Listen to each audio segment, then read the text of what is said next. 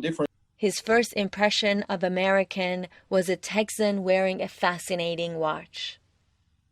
Now, he is one of the CVS Health board members here in the States. My guest this week is J.P. Millon, an immigrant from France. With extensive leadership experience in companies as large as Eli Lilly and being involved in billion-dollar mergers and acquisitions, I was grateful to sit with him and learn from him. I have to confess, this interview is close to my heart as it encompasses both of my interests, cross-cultural communication and leadership development among minorities. So go ahead, grab your cup of tea and join me in this episode of Empowering Conversations.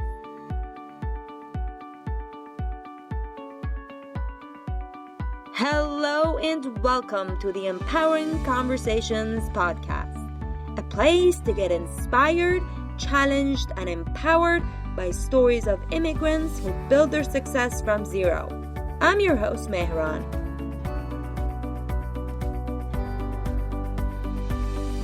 I remember when my father brought a Texan gentleman home, and he had that fascinating watch that would, back in the early 60s, it was pulsating, and he was tall, and he had a crew cut. Never seen a person like that in my life, in suburban Paris. And I got fascinated. Obviously, I didn't speak English at that time, but got through translation. He was an oil man from Houston. So that was my first encounter with I wouldn't say an American, a Texan, more specifically. And then it's not a linear story about immigration to the U.S. because after having studied in France, both engineering and economics, I went to study at Northwestern for a business degree at Kellogg School of Business. And that happened to be at the time when my parents, which was very rare in their generation, were spending 3 years in Houston, Texas, as my father was in the oil business as well. So I had this kind of interesting experience in the 70s of kind of having a taste for the U.S., spending 2 years there. And it opened my eyes to many things. First, the education system was much more informal. And I'm talking about the business school level, teamwork, interaction, this bubbly creativity that it can exist on American campuses. That's probably one of the top strengths of the U.S. It's upper education possibilities. And compared to the European system that tends to be more top-down, what the Germans would say, Herr Professor, Doctor, you listen, you barely ask questions, for fear of being rebuked. So that was really a very interesting experience for me. So I had those 2 years in the U.S., came back to Europe, first France and then other European countries. And I had a kind of a hiatus of about 10 years before coming to the U.S. almost for good. And it was kind of a bit of an indirect way to get into the U.S. I got to Puerto Rico, which technically, is a U.S. territory, still with a lot of Hispanic influence, as you know. And then, I got L1 visa and then green card and thereafter spent much of the time in the U.S. except for 3 years in Japan. So it's a very simple question you ask me, but a very complicated answer about geographic whereabouts that followed basically a pattern due to my association with Eli Lilly, the pharma company. I worked in different countries. So it's kind of a convoluted answer to a simple question. I see. So you attended or you started working with Eli Lilly, and that's how the transition to the States happened? Yeah, because I got recruited on campus in Evanston, Illinois, to work in Strasbourg, France. So they hired me as an international employee, if you wish, went back to my home country at the time, and worked in a manufacturing environment for a little while, then moved to Paris, local headquarters, and then on to London and Brussels and Germany and so on. So I was kind of hopping around, which, by the way, led to an interesting issue, because in the meanwhile, I met my future wife, who had a career herself. And, one thing when you hop around the world like this is back then having dual careers was impossible. So that was, a big issue for us, to make the decision for her to stop her career and to allow me to basically to support me in my career. So that back then, it was something that was rather traditional, but very difficult because of her, aspirations and ambitions. Yeah, I bet. And by Wow. the way, just as a side comment, first year of marriage, I met my wife the only time I lived in Paris back then for 18 months. And my wife was just back from Lebanon, the Indian Ocean, and she had been hopping around the world as well herself. We got married, and my boss 2 weeks later said, "Oh, by the way, you're transferred to London." And my wife had a job in Paris. So the first year of marriage, she was working in Paris, I was working in London. So it was before the Eurostar, by the way. So that was a kind of a weekend wedding, Oh, Weekend, wow. yeah. And then it was after that that she decided Yes, to leave her job and correct. accompany Yes. you with. Yeah, to Belgium and all this, yeah. Oh, So it was not, by the way, those are first world problems. I'm not yes. describing, I come from a middle class family. I never suffered the economic difficulties that some of your interviewees may have suffered. So where I want to be careful about how I position my journey here. It's not a journey of terrible obstacles to be overcome as opposed to some of your of my colleagues being interviewed that have gone through terrible problems. Thank you for saying that. One of the reasons that we're doing this podcast with different immigrants is to show the different faces of immigration.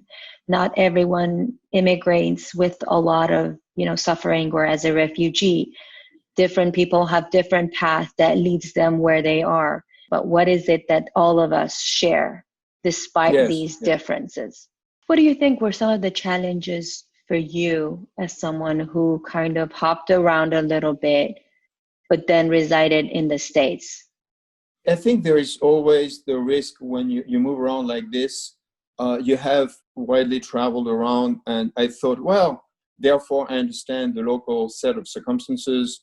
I can extrapolate from what I've seen during my few trips.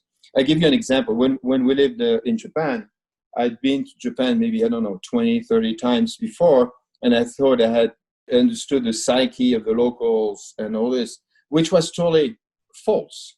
The longer we stayed there, both socially and professionally, the more we're drilling, the more confused. That's when I checked with Swiss and German friends that had been there for decades, and they laughed and said, "Welcome to the club." To give you an example, a concrete example, you'd think in Japan, people are not emotional at all because, they show the tatemae, the facade. But deep down, the honne, they have their feelings that they would express in some circumstances. So could be late at night after a few drinks. It can be different ways, but there are incredible differences of emotional level from one person to the other. You wouldn't guess that if you're in a 2 or 3 day meeting in Tokyo. Take the US. You go to different parts of the US. You're in on the East Coast. You're in Alabama, in Mississippi, in Texas. After a while, you realize the incredible cultural differences that exist. And it kind of shows a bit right now with all the, the racial issues that happen in the US. There is a history, there is a context that for somebody coming from outside the US like me, it would take a lifetime to better understand. And there are huge contrasts and differences. I'm not saying it excuses anything. I'm just saying that context is very, very important to try to decipher. How long do you think you were there and you realized, okay, now I kind of get the culture? How long did you have to be there in order to kind of feel that comfort? It depends on the country. In Japan, as I said, never. I could have spent 20 or 30 years. I would never totally decode it. If you take cultures that are closer to a European person like me, maybe 6 months, a year. But I have to be careful answering that question because at the superficial level, I can say, it takes a few months and to understand how you can click with people, to make sure that in a professional environment. You can motivate people. You can give instructions without, being on the wrong track, getting the right feedback from people working from you, the group dynamics. But then, when you get into the real aspect of how people really deep down function, may take longer, and at the professional level, what you want to be careful about is making sure you communicate at the right level. You can't, in a few months, expect to have totally decoded the local culture. Power distance is one of the 6 elements that Geert Hofstede considers essential in an effective intercultural communication. It's the attitude people have within a community toward their superior. As Aaron Meyer puts it, it's about how godlike is your boss. Now, don't forget, power distance is a relative measurement. For example, a European might perceive their culture top-down compared to the States, while a Middle Eastern see it as egalitarian and open. Coaching tip. Listen to our 16th episode where we talk about cultural differences and its impact on your professional growth. So how did living in these different countries help you or support you in leading different individuals from different cultures? When I started my career, I was a young engineer. I thought everything could be solved by equations. And be it in a French environment, in any environment, I thought, Cartesian thinking applied. And I got to get down from my pedestal, my mathematician pedestal, because as what we call nowadays soft issues, they dominate the relationships and how you can motivate people. So in general, be it in a European environment, US environment, or Asian, you really have to pay attention to how you gather input from different people. I think the best way to lead a team is to extract as much creativity and ideas, and then weigh the pros and cons and decide on a course of action. Once the course of action is decided, then you have to make sure there is a discipline, a team discipline, to go forward and not get lost in other avenues. So it's very important to communicate then why you made that decision collectively and personally, depending on the circumstances, and move on and make sure there are no laggards. This is kind of universal. It can be applied across cultures, but in order to reach that stage and that relative certainty of being on the right track, you need to have gathered as much input, and the way you gather input varies from culture to culture. So clearly in the US, people tend to be rarely direct, and you should not be shy in the US to ask for people's view. And if they, especially, if you have, I don't want to be gender specific, but some people may be more shy to express their views. You have to seek them out, and not always, make sure that there is no bully in the room that takes over the whole discussion. And it's especially important, and that's what you learn from different cultures, is how you extract those types of inputs. Because people have the experience. You want to have people who are brighter than you around you so that you can leverage that expertise, that knowledge, to reach a better decision. So there's nothing wrong about asking questions and being overpowered intellectually by somebody. I love it. That means that I'm surrounded by people that can lead to better solutions. Mm-hmm. So basically what I heard was that you communicate individually to extract the information, but as a team, when you're delivering that, then what do you do? Because each culture receives it differently, receives the message differently. Yes. Certain cultures who are hierarchical, they hear you and they execute exactly what you say according to that meeting.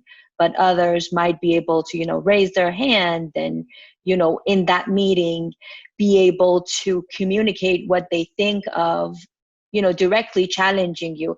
When you're delivering that to a team, what are things that worked for you? First, you have to make sure that if you have gathered inputs individually, you need to have a meeting before the decision is made with as many of the members of the team present, if not all of them, to explain, to make sure that they have been heard both individually and collectively, and then dissect the decision-making process. Why are we reaching that decision, as opposed to, so being explicit about it, that's pretty universal. You have to do that across the board, because otherwise, if people feel they've been left out of the decision-making loop, they get frustrated and angry, and for a reason. So once you have that, you want to make sure that path is being explained. And frankly, yes, there are differences. You're in Germany. You can't just say, I suggest that perhaps we should do this, because people may not, I'm simplifying, but especially in Northern Germany, people would take this as, oh, maybe I can do it, but maybe I shouldn't. It doesn't matter. So you have to be much more direct. If you're in a Hispanic environment, if you do a very direct way, it may be perceived as bullying and being overly strong, and people will melt. The message has then to be adapted to the audience. And by the way, I'm generalizing again. It's doesn't happen exactly the same way in Brazil, in Mexico, in Chile, etc. So you have to be conscious about the communication part is extremely important. How transparent you are, and once the decision is made, you have to make sure that people stay on the rails. So basically, you spend a lot of time interacting individually with regards to the decisions that you're making, whether at the time that you're collecting the information and before delivering that decision to everybody. You make time to meet with every individual. There are different approaches. I think you need to have that one-on-one input, because people generally tend to be more open. If you can ask the right probing questions in a non-threatening way. This being said, I think it should be a hybrid of one-on-one meetings and collective interaction, as explained. Also, once a decision has been made, is how do you reach out to the employee pool at large, or end customer, and both inside and outside. So there has to be certainly a top-down reach, but then as important is a feedback loop. So feedback loop from employees down in the trenches is absolutely key, and it has to be genuine. So it's not like you'd say, oh, well, give me your input, my office door is always open, blah, blah, blah. You have to mean what you say. And it's tricky, because say, some people in the front line have a telephone operator responding, the inbound calls, has some suggestion for you. You have to be very careful you don't give the impression to first line management you bypass that. So you want to listen, but you want also to involve the different groups so that it meshes well, and nobody feels threatened in middle management. So I think it's very important, but it has to be done from your heart. And back in the days, it was I used to organize monthly phone calls. People could be anonymous. They could give their name, didn't matter. There was kind of a discussion with the CEO. Boom. Nowadays, with social media, there are a bunch of different ways to communicate 24/7 through both internal and external systems. I think it's very, very important to take the temperature. And there too, you have to be careful when you say, oh, I'll follow up on this. You follow up on it. Mm. You have an extensive experience on acquisitions and mergers. Can you tell us a little bit about the acquisitions that you've been through and what they've taught you? Because I'm sure there are many companies or the founders that are thinking about merging at the moment. You have to be careful if you want to merger acquisition. You rather do it in a position of strength rather than a position of weakness. So you have to be careful about precipitating events at the time the valuation would not be at its best, assuming that you have the cash flow to pursue. So you have to be careful about wishing as a CEO to do that. But it's even if you have a merger and acquisition in the same country, say United States, and I've gone through a few of those, you'd think the cultures of the companies are easily bridgeable. And it's not always the case. You can never take that for granted. And obviously it depends on the size of the company. The larger the company, the more complex it is, especially companies that have been around for a very long time. There's a very proud culture that's developed over generations. So you have to respect that and mesh the cultures, trying to get the best out of the two and be very transparent about why you would do that. For smaller companies, in theory, it's easier, but there you have other issues.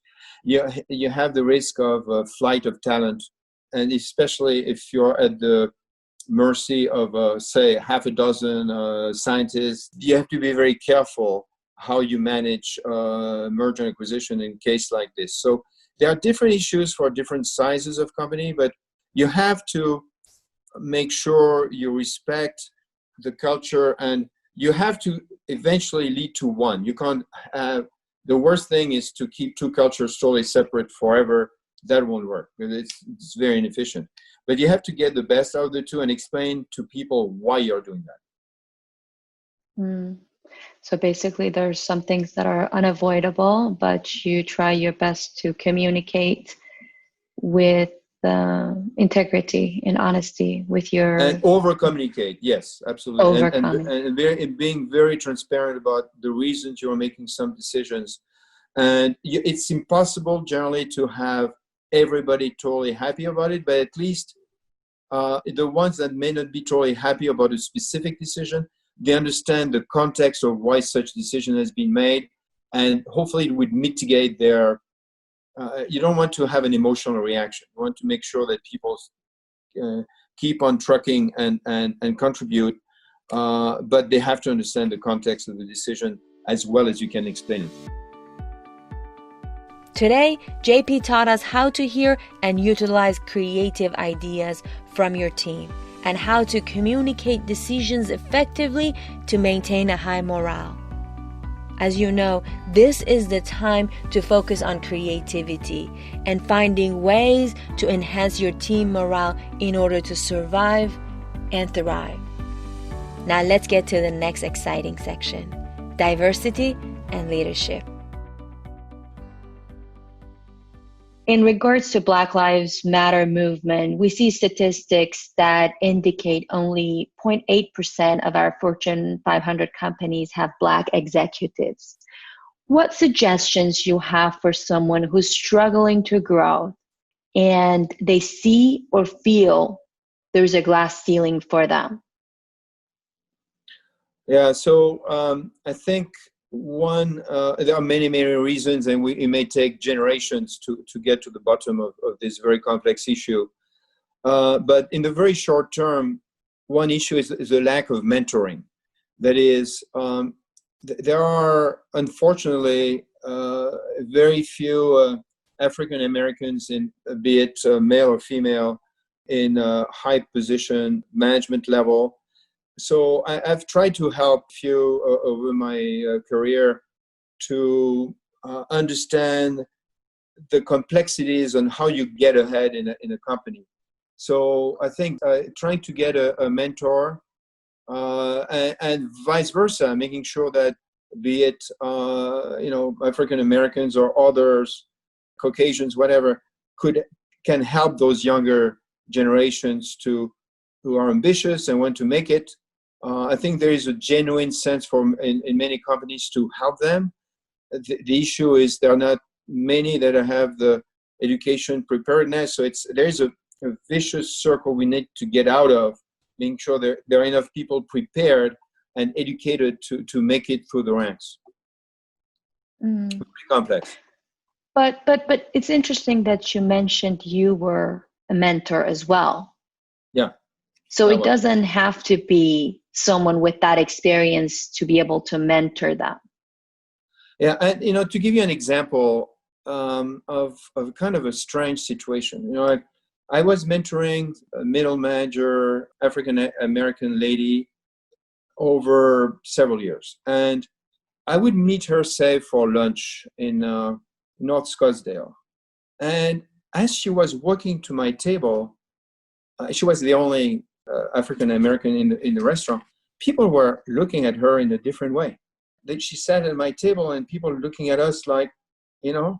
So it was an experience that was fleeting for me because I met her only so many times. But I can sympathize with people who experience that every day.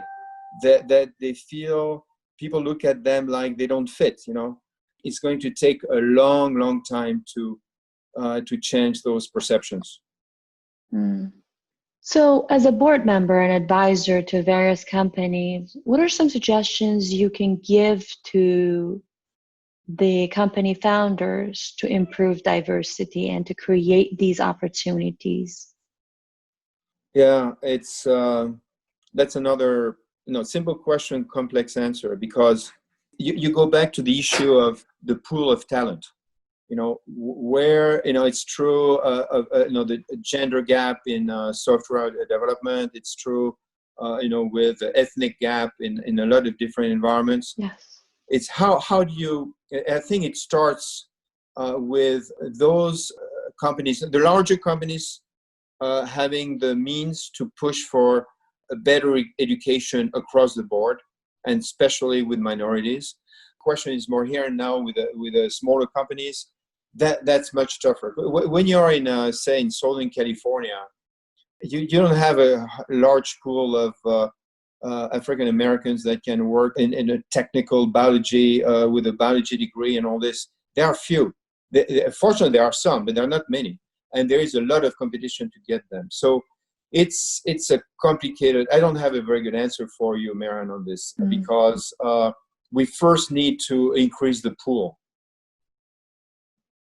I see. That's definitely something else that people need to keep in mind, right? That's just bringing. Yeah. It's coming from Europe, which, by the way, had its own issues with race over centuries. I don't pretend to have good advice on how to solve those issues, because they have been intractable over decades and more. And it can be from one side of the political spectrum to the other.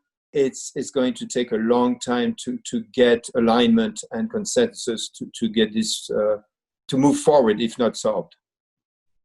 Mm-hmm. You deal with many leaders in different capacities. What are some common traits for those who succeed, in your opinion?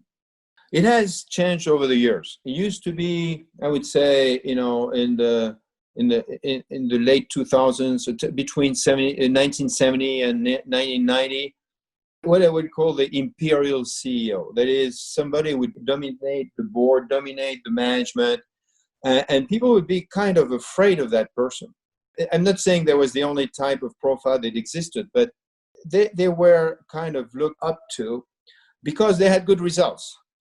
And that has changed gradually, both for legal reasons for public companies, but also because society has evolved. And I think if you take the snapshot today, leaders that are most respected are the ones who, I come back to the genuinely caring for employees, making sure they get input and listen and act upon, what they listen to. So having that ability to integrate input and also communicate in a very genuine manner, I think that is becoming more of what a respected CEO has. And it's the toughest job, I can think of, because all the constituencies people have to deal with at that level. You take politicians, you take regulatory, investors, activists, among those, employees, all the social issues and environmental issues also that becoming much more prominent that companies have to deal with, especially larger ones. So it is one of the toughest jobs that I can think of. Based on what you have experienced, do you feel there is a difference between men and women in that regard? The qualities? I think I think with the new profile I'm describing, women can be extremely adept at those traits, as opposed to the imperial CEO of the 80s and 90s, that may not have played to the same strength, but with a few exceptions. Today, I think women, I'm generalizing, but the genuine concern, the communication skills, the ability to integrate different inputs, to bring the team together, not to overreact. I think those are traits that they are crucial to making the right decisions in the CEO position. And that position, and also the fact that there are more women emerging as CEO candidates in larger companies. Yeah. So you think that that's something that plays in favor, this change is playing in favor? I think the momentum is there. The statistics are not yet totally there because there is a kind of a lag effect, but I'm very optimistic that there will be more and more women that have incredible talent that they will take over the reins in a Fortune 500. Were there something that you wanted to share with our audience and I haven't provided that opportunity yet? If so, you could use this as an open mic opportunity and give a message to our audience. Sure. I think there is more than one way to be successful, either in business, in government, in art, whatever you want to pursue. So there is no absolute recipe to be successful. There is a bit of luck. There is a bit of grit, trying to learn as much as you can as you go.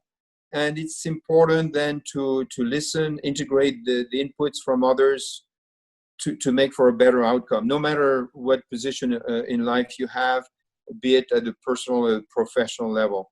And as we talked about, the seeking that genuine feedback from different sources, then having the mental discipline to do that introspection I was talking about, learning from others, learning from yourself, and trying to apply that to your own decision making.